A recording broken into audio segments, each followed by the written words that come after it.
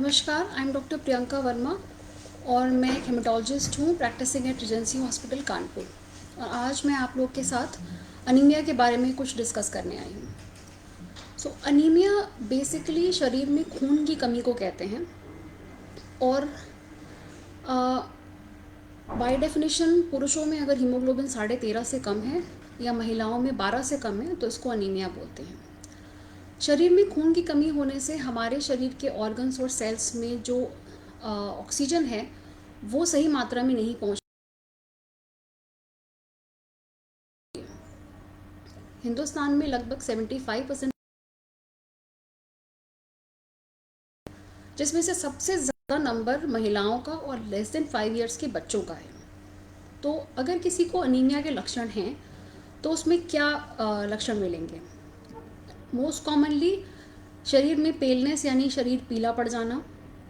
इसके अलावा चक्कर आना, कमज़ोरी, बहुत जल्दी थकान होने लगना, थोड़ा सा काम या सीढ़ियाँ चढ़ने पे सांस फूलने लगना, ये सब अनीमिया के लक्षण हैं। ज़्यादा सीवियर अनीमिया में कई बार नाखून ब्रिटल हो जाते हैं यानी टूटने लगते हैं, या फिर एंगल ऑफ माउथ पे क्रैक्स पड़ने लगते हैं। कभी कभी सीवियर आयरन डिफिशिएंसी अनीमिया में हम लोगों में पाइका दिखते हैं। पाइका यानी कि नॉन न्यूट्रिटिव सब्सटेंसेस जैसे कि चौक, मिट्टी, खड़िया, चूना, ये सब खाने की इच्छा होती है। ये आयरन डिफिशिएंसी का एक बहुत ही सिग्निफिकेंट और यूनिक साइन है। इसके अलावा शरीर में अनीमिया या आयरन डिफिशिएंसी होने के कारण क्या होते हैं? तो मोस्ट कॉमनली आयरन डिफिशिएंसी होने का कारण होता है शरीर में हमारे खाने में हमारे जो न्यूट्रिशन होता है उसमें आयरन या ब्लड बनाने वाले जो पदार्थ होते हैं उनकी कमी। ये कमी कई बार ऑब्वियस होती है, यानी कि हम लो सोशो इकोनॉमिक स्टेटस के लोगों में या फिर पुअरली नरिश्ड लोगों में देखते हैं, क्योंकि उनका डाइटरी इनटेक ही कम है। तो in turn obviously anaemia, iron के जो आयरन या विटामिन B12 जो होता है ये भी वो कम अमाउंट में लेते हैं और उनमें अनीमिया होता है। पर कई बार हेल्दी लोगों में या फिर ओवरवेट या ओबीस लोगों में भी अनीमिया होता है, क्योंकि इवन दो उनकी डाइट कैलोरी वाइज नॉर्मल होती है या एक्सेस में होती है, बट स्टिल वो आयरन डिफिशिएंट होती है, यानी कि ब्लड बनाने वाले पदार्थ उसमें नहीं होते हैं। कभी कभी हम ठीक अमाउंट में खाना ले रहे होते हैं, आयरन रिच भी ले रहे होते हैं, एंड स्टिल खून नहीं बढ़ता है। ये इसलिए होता है क्योंकि कभी कभी खाने में कुछ ऐसे सब्सटेंसेस होते हैं जो आयरन अब्जॉर्ब नहीं करने देते, जैसे कि अगर हमने खाने को ओवर कुक कर लिया, या फिर कभी कभी कुछ मेडिसिन हम ले रहे होते हैं जिसकी वजह से आयरन अब्जॉर्ब नहीं होता। कुछ लोग खाने के साथ चाय कॉफ़ी लेते हैं, ये भी आयरन अब्जॉर्ब नहीं होने देते। न्यूट्रिशन डिफिशिएंसी के अलावा क्रॉनिक ब्लीडिंग अनीमिया का एक इम्पॉर्टेंट कारण है। कई बार due to certain worm infections या फिर यंग फीमेल्स में मेंस्ट्रुअल ब्लीडिंग रेगुलरली होने की वजह से या ज़्यादा अमाउंट में होने की वजह से क्रॉनिक वे में अनीमिया बना रहता है। इसके अलावा हमारे यहाँ मलेरिया काफ़ी प्रेवलेंट है, ये भी एक इम्पॉर्टेंट कारण होता है लोगों में अनीमिया प्रेवलेंस का। कभी कभी हमारी body in a life cycle certain phases से निकलती है जहाँ पे आयरन की रिक्वायरमेंट बहुत बढ़ जाती है, जैसे कि यंग बच्चे लेस देन 5 इयर्स के जो बहुत तेज़ी से बढ़ रहे होते हैं, बॉयज़ एंड गर्ल्स जो कि प्यूबर्टी वाले एज ग्रुप में होते हैं, ग्रोथ स्पर्ट हो रहा होता है, या फिर प्रेगनेंसी और लैक्टेशन।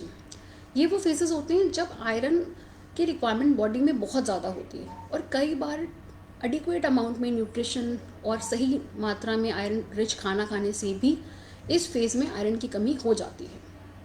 इसलिए ये वो टाइम है जिस टाइम पे बीइंग पेरेंट्स या बीइंग एन इंडिविजुअल हमें अलर्ट रहना चाहिए, एंड वी शुड लुक कि कहीं बच्चे में ऐसे लक्षण तो नहीं दिख रहे कि उनमें अनीमिया जैसे साइंस दिख रहे हैं, सो दैट कि हम उस समय जा कर के उनकी जांच कराएं और फिर ट्रीटमेंट स्टार्ट करें।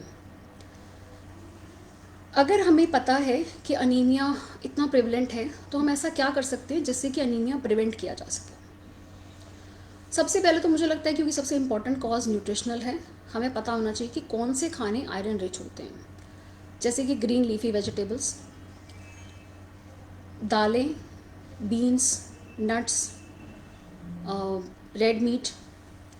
इसके अलावा रेजिन्स जैसे कि किशमिश, मुनक्का, प्रून्स, गुड़, ये वो खाने के सब्सटेंस हैं जिनमें आयरन रिच होता है, और इन्हें सिर्फ जानना नहीं है, हमें इन्हें अपनी डे टू डे फीडिंग में इंक्लूड करना चाहिए।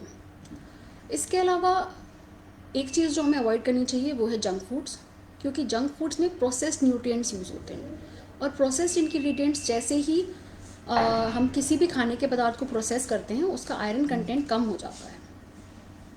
इसके अलावा we should try to go to certain old habits जो हमारे कल्चर की हैं, जैसे कि गुड़ का इस्तेमाल करना, नॉन स्टिक बर्तनों की जगह कास्ट आयरन का इस्तेमाल करना, या फिर कई बार ऐसा होता है कि हमारे पुराने जो खाने होते हैं उनमें फर्मेंटेशन का प्रोसेस यूज़ करते हैं, हम भिगो करके खाना रखते हैं, जैसे हमारे पुराने खाने हैं, डोसा है, इडली है, वड़ा है।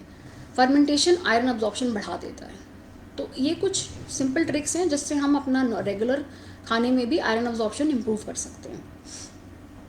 इसके अलावा कुछ चीज़ें हमें ध्यान रखनी चाहिए, जैसे खाने को कभी ओवर कुक नहीं करना चाहिए, क्योंकि ओवर कुक करने से आयरन अब्जॉर्ब नहीं होता है। कभी कभी ये सारे प्रिकॉशन लेने के बाद भी for certain things we have to be aware, जैसे कि फीमेल बिटवीन 15 to 45 ईयर्स जो रेगुलर मेंस्ट्रुएशन साइकिल हो रहा है, जिनको ब्लीडिंग होती है, उनमें once a year haemoglobin check करना चाहिए, देखने के लिए कि कहीं उन्हें आयरन की कमी डेवलप तो नहीं हो रही है, ताकि हम उन्हें अर्ली स्टेज में ट्रीट कर सकें। सेकेंडली, प्रेगनेंसी लैक्टेशन वाला जो पीरियड होता है, इस दौरान जैसे मैंने बताया कि आयरन रिक्वायरमेंट बहुत बढ़ जाती है, और आप इसे सिर्फ खाने से कई बार इम्प्रूव नहीं कर सकते। इसीलिए मेडिकल रिकमेंडेशंस हैं कि इस पीरियड में रेगुलर इंटरवल्स पे रेगुलर आपको आयरन सप्लीमेंटेशन लेना है। उस सप्लीमेंटेशन को आप स्किप नहीं कर सकते, वो आपको लेना ही पड़ेगा ड्यूरिंग प्रेगनेंसी भी and after delivery in the lactation period. So with all this I hope कि मैं आपके कुछ अनीमिया रिलेटेड क्वेरीज को सॉल्व कर पाई हूँ। हमेशा याद रखिए कि जब भी आपको अनीमिया डेवलप हो जाता है, you have to take medicines, फिर आप उसे सिर्फ खाने से इम्प्रूव नहीं कर सकते हैं। And I wish that you stay healthy and stay safe. Thank you.